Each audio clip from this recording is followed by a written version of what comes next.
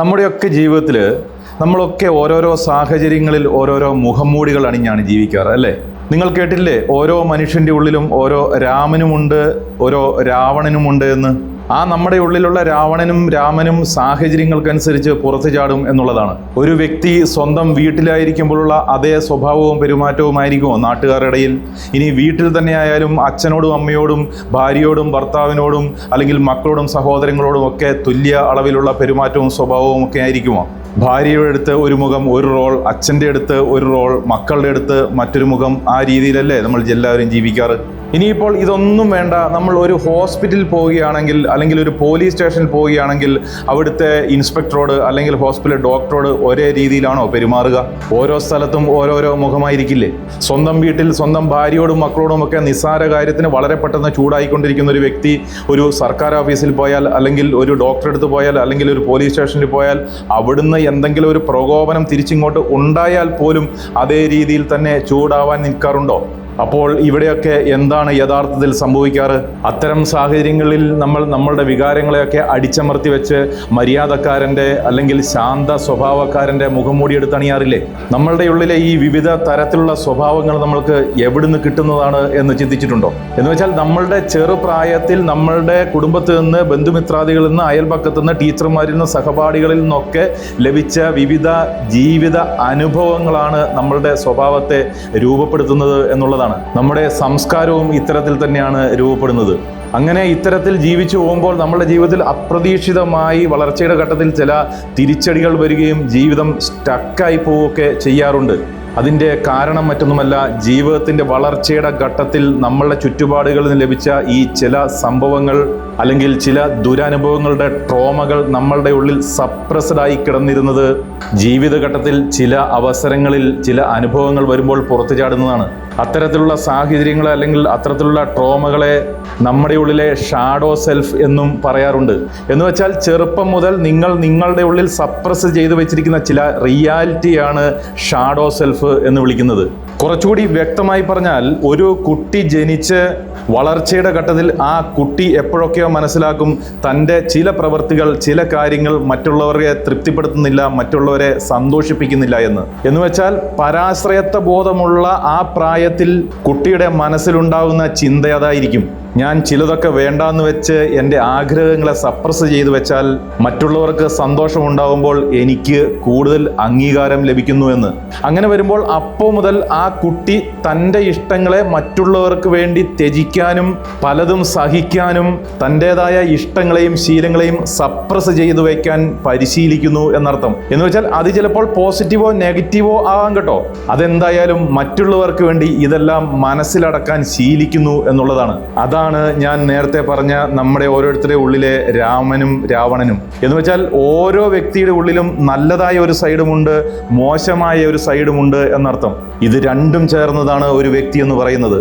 എന്നാൽ ആ വ്യക്തി ഒരു സൊസൈറ്റിയിൽ ജീവിക്കുന്ന കാരണത്താലും നമുക്ക് ചുറ്റുമുള്ള ഞാൻ നേരത്തെ പറഞ്ഞ അച്ഛൻ, അമ്മ, സഹോദരങ്ങൾ, ഭാര്യ, ഭർത്താവ് മുതലായ ചില ആളുകൾ നമ്മളിൽ നിന്ന് ചിലതൊക്കെ പ്രതീക്ഷിക്കുന്നതിനാലും അല്ലെങ്കിൽ അവരുടെ തന്നെ ചില പ്രശ്നങ്ങളാലും നമ്മുടെ പേഴ്സണാലിറ്റിയിൽ നമ്മൾ പല വിധത്തിലുള്ള മുഖംമൂടികൾ അണിയുകയും അതിലൊക്കെ പല വൈകല്യങ്ങൾ ഉണ്ടാവുകയും ചെയ്യും. അതായത് നമ്മളുടെ വ്യക്തിത്വം എസ്റ്റാബ്ലിഷ്ഡ് ആവുന്ന ആ ഘട്ടത്തിൽ നമ്മൾ എന്താണോ, നമ്മൾ എങ്ങനെയാണോ അതേ രീതിയിൽ തന്നെ ആക്സെപ്റ്റ് ചെയ്യാൻ ഈ സൊസൈറ്റി തയ്യാറല്ലാത്തതിനാൽ നമുക്ക് പലതും നമ്മളുടെ ഉള്ളിൽ തന്നെ അടിച്ചമർത്തേണ്ടതായിട്ട് വരും എന്നുള്ളതാണ്. പക്ഷേ അങ്ങനെ ചെയ്യുമ്പോഴുള്ള പ്രശ്നം എന്താണെന്നറിയാമോ?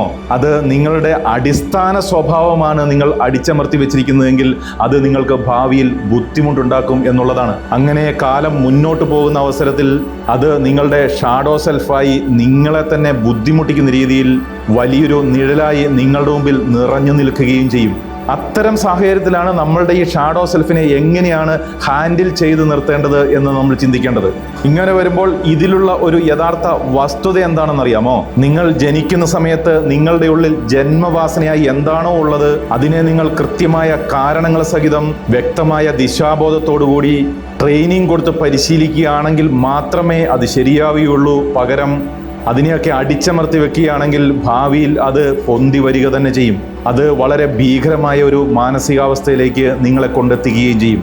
പ്രത്യേകിച്ചും ചെറുപ്പത്തിൽ അബ്യൂസ്ഡായ ഒരു ചൈൽഡ്ഹുഡ് നിങ്ങൾക്കുണ്ടെങ്കിൽ, അല്ലെങ്കിൽ ചെറുപ്പത്തിൽ വളരെയധികം സ്വാതന്ത്ര്യം നിഷേധിക്കപ്പെട്ട ഒരവസ്ഥ നിങ്ങൾക്കുണ്ടെങ്കിൽ, റോങ് പേരൻറ്റിങ്ങിലൂടെ നിങ്ങൾ കടന്നു വന്നിട്ടുണ്ടെങ്കിൽ, അതുമല്ലെങ്കിൽ ചെറുപ്പത്തിൽ പല വിധത്തിലുള്ള ചൂഷണങ്ങൾക്ക് വിധേയപ്പെട്ട് നിങ്ങൾ വളരേണ്ടി വന്നിട്ടുണ്ടെങ്കിൽ, എവിടെ നിന്നും സ്നേഹം ലഭിക്കാതെ വളർന്നു വരേണ്ടി വന്നിട്ടുണ്ടെങ്കിൽ, ഇങ്ങനെ പലതരത്തിലുള്ള സാഹചര്യങ്ങളിൽ നിങ്ങളുടെ ഉള്ളിലുള്ള ആ ഷാഡോ സെൽഫ് ഭാവിയിൽ നിങ്ങൾക്ക് പലതരത്തിലുള്ള ബുദ്ധിമുട്ടുകൾ സൃഷ്ടിക്കാൻ സാധ്യതയുണ്ട്. ഇപ്പോൾ എന്നെ കേട്ടുകൊണ്ടിരിക്കുന്ന നിങ്ങളിൽ പലരുടെയും മനസ്സിലൂടെ ചെറുപ്പത്തിൽ നിങ്ങൾ നേരിട്ടിട്ടുള്ള ഇത്തരത്തിലുള്ള ദുരനുഭവങ്ങൾ കടന്നു പോയിക്കൊണ്ടേയിരിക്കുകയാണ് എന്ന് എനിക്കറിയാം. അതുകൊണ്ട് തന്നെ ഒരുപക്ഷെങ്കിൽ നിങ്ങൾ തിരിച്ചറിഞ്ഞിട്ടുണ്ടാവും, ഇപ്പോൾ നിങ്ങൾ നിങ്ങളുടെ ജീവിതത്തിൽ നേരിട്ടുകൊണ്ടിരിക്കുന്ന പല പ്രശ്നങ്ങളുടെയും കാരണം ചെറുപ്പത്തിൽ നിങ്ങൾ കടന്നു വന്നിട്ടുള്ള ആ ട്രോമകളായിരിക്കാം, അല്ലെങ്കിൽ ആ ഷാഡോ സെൽഫ് ആയിരിക്കാം എന്ന്. അപ്പോൾ തീർച്ചയായും നിങ്ങൾ ആ ട്രോമയെ അല്ലെങ്കിൽ ആ ഷാഡോ സെൽഫിനെ ഹീൽ ചെയ്ത് കളയേണ്ടതായിട്ടുണ്ട് എന്നുള്ളതാണ്. അതെങ്ങനെയാണ് എന്ന് ചോദിച്ചാൽ അതിൻ്റെ ഏറ്റവും ബെറ്റർ ഓപ്ഷൻ എന്ന് പറയുന്നത് നല്ലൊരു തെറാപ്പിസ്റ്റിനെയോ ഹീലറെയോ കാണുക എന്നുള്ളതാണ്. ഇനി അതിനുള്ള സാഹചര്യം ഇല്ലാത്തവർ ചെയ്യേണ്ടത് അത് നിങ്ങൾ തന്നെ സ്വയം ചെയ്യുക എന്നുള്ളതാണ്. നിങ്ങൾ നിങ്ങളെ തന്നെ റീപേരന്റിങ്ങിന് വിധേയമാക്കുക എന്ന് വെച്ചാൽ ചില ടെക്നിക്കുകളിലൂടെ നിങ്ങൾ നിങ്ങളെ തന്നെ പാരന്റിങ് ചെയ്ത് വളർത്തിയെടുക്കണം എന്നുള്ളതാണ്. അത് പൂർണ്ണമായും അങ്ങ് മനസ്സിലായിട്ടില്ല അല്ലേ? പറഞ്ഞു തരാം. ഇതിനുവേണ്ടി നിങ്ങൾ ചെയ്യേണ്ട പ്രാക്ടീസ് വളരെ ചെറുതാണ്. അതിനുവേണ്ടി നിങ്ങൾ ആദ്യം ചെയ്യേണ്ടത് നിങ്ങളൊരു ശാന്തമായ സ്ഥലം കണ്ടെത്തി അവിടെ സ്വസ്ഥമായി ഇരിക്കുക എന്നുള്ളതാണ്. എന്നിട്ട് നിങ്ങളുടെ മനസ്സും ശരീരവും ഒക്കെ പൂർണ്ണമായും അയച്ചിടുക, പൂർണ്ണ വിശ്രമാവസ്ഥയിലേക്ക് എത്തിക്കുക. നിങ്ങൾ പൂർണ്ണ വിശ്രമാവസ്ഥയിലെത്തിയതിനു ശേഷം നിങ്ങൾ നിങ്ങളുടെ ഉള്ളിലേക്ക് സ്വയം നോക്കുക. അങ്ങനെ കണ്ണടച്ചിരുന്ന് ആലോചിച്ച് നിങ്ങൾ ആദ്യം കണ്ടെത്തേണ്ടത് നിങ്ങളുടെ ഉള്ളിൽ ഏതെല്ലാം തരത്തിലുള്ള ട്രോമകൾ ഉണ്ട് എന്നുള്ളതാണ്. അതായത് നിങ്ങളുടെ ഉള്ളിൽ നിങ്ങൾ പുറത്ത് കാണിക്കാൻ മടിയുള്ളത് കൊണ്ട് അകത്തൊളിപ്പിച്ചു വെച്ചിട്ടുള്ള എന്തെല്ലാം കാര്യങ്ങൾ നിങ്ങളിൽ ഉണ്ട് എന്ന് കണ്ടെത്തുക എന്നുള്ളതാണെന്ന്. അത് കണ്ടെത്തി കഴിഞ്ഞാൽ അതിൻ്റെ ഒരു ലിസ്റ്റ് തയ്യാറാക്കണം. നിങ്ങളുടെ ഉള്ളിൽ അടിച്ചമർത്തപ്പെട്ട എന്തൊക്കെ വികാരങ്ങളുണ്ടോ അതിൻ്റെ എല്ലാം ഒരു ലിസ്റ്റ് നിങ്ങൾ എഴുതി തയ്യാറാക്കണം. അത്തരത്തിൽ ഒരു ലിസ്റ്റ് നിങ്ങൾക്ക് കിട്ടിക്കഴിഞ്ഞാൽ പിന്നെ രണ്ടാമത് ചെയ്യേണ്ടത് ഇതൊക്കെ എന്ന് മുതലാണ്, എവിടെ വെച്ചാണ്, എപ്പോൾ മുതലാണ് സംഭവിച്ചത് എന്ന് കണ്ടെത്തുക എന്നുള്ളതാണ്. വീണ്ടും നിങ്ങൾ ഇരിക്കുക, ചിന്തിക്കുക, കണ്ടെത്തുക. നിങ്ങൾക്ക് ഏതൊക്കെ സാഹചര്യത്തിലാണ് നിങ്ങളുടെ ഫീലിങ്സിനെ അടിച്ചമർത്തേണ്ടി വന്നിട്ടുണ്ട് എന്ന് കണ്ടെത്തുക. നിങ്ങൾക്ക് ഓർമ്മിച്ചെടുക്കാൻ കഴിയുന്ന അത്രയും പുറകിലോട്ട് പോയി അത് ചിന്തിച്ചെടുക്കുക. അങ്ങനെ സ്വസ്ഥമായിരുന്ന് ആലോചിക്കുമ്പോൾ എന്തൊക്കെയോ സംഭവങ്ങൾ നിങ്ങളുടെ ഉള്ളിലേക്ക് തെളിഞ്ഞു വരും, തീർച്ചയാണ്. എന്നിട്ട് ആ സംഭവങ്ങൾ നിങ്ങളുടെ മനസ്സിൽ റീക്രിയേറ്റ് ചെയ്യുക. അപ്പോൾ നിങ്ങൾക്ക് മനസ്സിലാവും എന്ത് കാരണമാണോ നിങ്ങൾ ചിന്തിച്ചുകൊണ്ടിരിക്കുന്നത് ആ കാര്യം ചെയ്യുമ്പോൾ മറ്റ് പലർക്കും അത് ഇഷ്ടപ്പെടുന്നില്ല, സഹിക്കാൻ കഴിയുന്നില്ല. ഞാൻ അത് ചെയ്തപ്പോൾ അവരുടെ മുഖം ചുളിയുന്നുണ്ടായിരുന്നു, അങ്ങനെ ഞാൻ ചെയ്യുമ്പോൾ അവർ അകലുന്നുണ്ടായിരുന്നു. അതുകൊണ്ട് തന്നെ അങ്ങനെ പലരും അകന്നു പോകാതിരിക്കാൻ വേണ്ടി, അവരെ തൃപ്തിപ്പെടുത്താൻ വേണ്ടി ഞാൻ പലതും അടിച്ചമർത്തുന്നുണ്ടായിരുന്നു എന്ന് നിങ്ങൾക്കപ്പോൾ മനസ്സിലാവും. അതിപ്പോൾ പോസിറ്റീവായാലും നെഗറ്റീവായാലും അതിനെല്ലാം ഫ്ലാഷ് ബാക്ക് ചെയ്ത് കണ്ടെത്താൻ ശ്രമിക്കുക.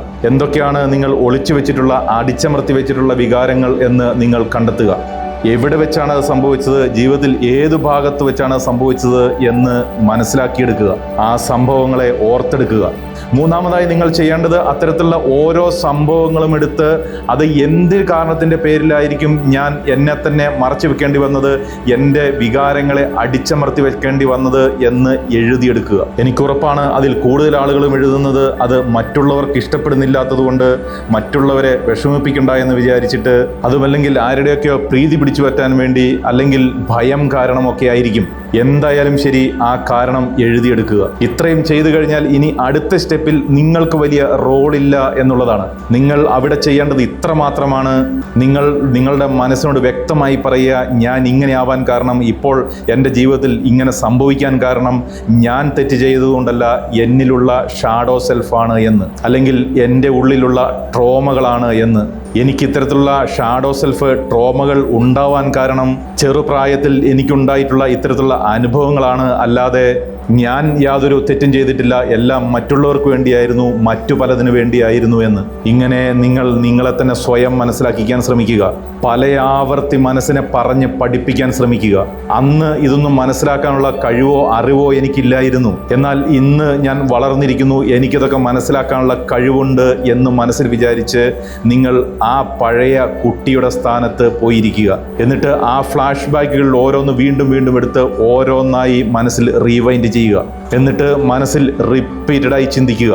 അപ്പോൾ സംഭവങ്ങൾ അങ്ങനെയായിരുന്നു, പക്ഷേ ഇന്ന് ഞാൻ കൂടുതൽ പക്വതയുള്ള, സ്വന്തമായി ചിന്തിക്കാൻ കഴിവുള്ള, തീരുമാനമെടുക്കാൻ കഴിവുള്ള, ധൈര്യമുള്ള, തൻ്റെ ഇടമുള്ള ഒരു വ്യക്തിയാണ്.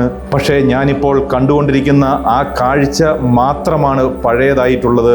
പക്ഷേ ഞാനിപ്പോൾ തീർച്ചയായും ആ പഴയ കുട്ടിയല്ല എന്ന് മനസ്സിൽ ഉറച്ച് വിശ്വസിക്കുക. അതുകൊണ്ട് തന്നെ ആ പഴയ സംഭവങ്ങൾക്ക്, നിങ്ങളുടെ മനസ്സിൽ ആ പഴയ സംഭവങ്ങൾക്ക് ഇന്നത്തെ നിങ്ങളായി നിന്നുകൊണ്ട് തന്നെ മറുപടി കൊടുക്കുക. അങ്ങനെ ചെയ്യുന്നതിലൂടെ സംഭവിക്കുന്നത് നിങ്ങൾ നിങ്ങളെ തന്നെ ബോധ്യപ്പെടുത്തുകയാണ് എന്നുള്ളതാണ്.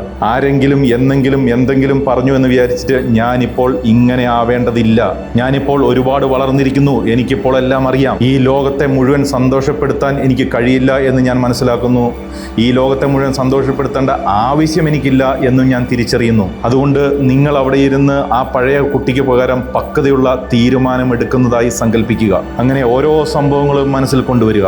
ആ സംഭവത്തിൽ ആ കുട്ടിയെ അവിടുന്ന് റീപ്ലേസ് ചെയ്ത് പകരം ഇപ്പോഴത്തെ പക്വതയുള്ള വ്യക്തിയെ അവിടെ കൊണ്ട് പ്രതിഷ്ഠിക്കുക. അതിനുശേഷം വീണ്ടും ആ സംഭവത്തെ മനസ്സിൽ റിപ്പീറ്റായി കാണുക. അത് നിങ്ങൾ എങ്ങനെ ആഗ്രഹിക്കുന്നതോ അങ്ങനെയായി മാറുന്നതായിട്ട് റിപ്പീറ്റ് ചെയ്ത് കാണുക. ആ കഴിഞ്ഞ കാല കാഴ്ച അല്ലാണ്ട് നിങ്ങൾ എങ്ങനെയാണോ ആഗ്രഹിക്കുന്നത് അതായി സങ്കല്പിക്കുക. ഉദാഹരണത്തിന്, നിങ്ങളൊരു ആൺകുട്ടിയാണെന്നിരിക്കെ നിങ്ങൾ ഏതെങ്കിലും ഒരു സാഹചര്യത്തിൽ കരഞ്ഞ സമയത്ത് ആരെങ്കിലും നിങ്ങളോട് വന്ന് പറഞ്ഞിട്ടുണ്ടാവാം, നീ കരയാൻ പാടില്ല, കാരണം നീ ഒരു ആൺകുട്ടിയാണ് എന്ന്. അങ്ങനെയാണെങ്കിൽ ഇപ്പോൾ ആ പഴയ കുട്ടിയുടെ സ്ഥാനത്തിരിക്കുന്ന പക്വതയുള്ള നിങ്ങൾ നേരെ തിരിച്ചു പറയണം, ഞാൻ ആൺകുട്ടിയായാൽ എന്താ കുഴപ്പം, എനിക്കെന്താ, കരഞ്ഞുകൂടെ? കരച്ചിലെന്ന് പറയുന്നത് എല്ലാ മനുഷ്യനും സങ്കടം വരുമ്പോൾ ചെയ്യുന്ന ബേസിക്കായ ഒരു സ്വഭാവമാണ്, ഒരു ശീലമാണ്. മനുഷ്യന് സങ്കടം വന്നാൽ കരയുക തന്നെയാണ് ചെയ്യേണ്ടത്. അതിന് ആൺ പെൺ വ്യത്യാസമൊന്നുമില്ല എന്ന് നിങ്ങൾ പറഞ്ഞ് ബോധിപ്പിക്കണം. അത്തരത്തിലുള്ള ഒരു പ്രതികരണം നിങ്ങൾ അവിടെ കാഴ്ചവെക്കണം. അപ്പോൾ സ്വാഭാവികമായും നിങ്ങൾ ഇമോഷണലായി അത് പറയുമ്പോൾ നിങ്ങളുടെ മനസ്സ് അത് ഏറ്റെടുക്കുകയും നിങ്ങളുടെ ആ വിഷമം മാറിക്കിട്ടുകയും ചെയ്യും. ഇത്തരത്തിൽ എന്തെല്ലാമാണോ ചെറുപ്പത്തിലോ മുതിർന്നതിന് ശേഷമോ ഉണ്ടായിട്ടുള്ളത് അതിനെല്ലാം തുടച്ചു മാറ്റാൻ നിങ്ങൾക്ക് സാധിക്കും എന്നുള്ളതാണ്. ഒരിക്കൽ കൂടി ഓർമ്മിപ്പിക്കട്ടെ, വികാരങ്ങൾ അടക്കി വെക്കാനുള്ളതല്ല, അത് എന്തു തന്നെയായാലും പ്രകടിപ്പിക്കാനുള്ളതാണ്. അടക്കി പിടിച്ചു വെച്ച വികാരങ്ങൾ മനുഷ്യ മനസ്സിന് കൂടുതൽ പ്രശ്നങ്ങൾ സൃഷ്ടിക്കുകയേ ഉള്ളൂ. അതുകൊണ്ട് എല്ലാവർക്കും അതിന് സാധിക്കട്ടെ എന്ന് ആശംസിച്ചുകൊണ്ട് ഇന്നത്തേക്ക് നിർത്തുന്നു. അടുത്ത വീഡിയോയുമായി അടുത്ത ദിവസം കാണും വരെ നന്ദി, നമസ്കാരം.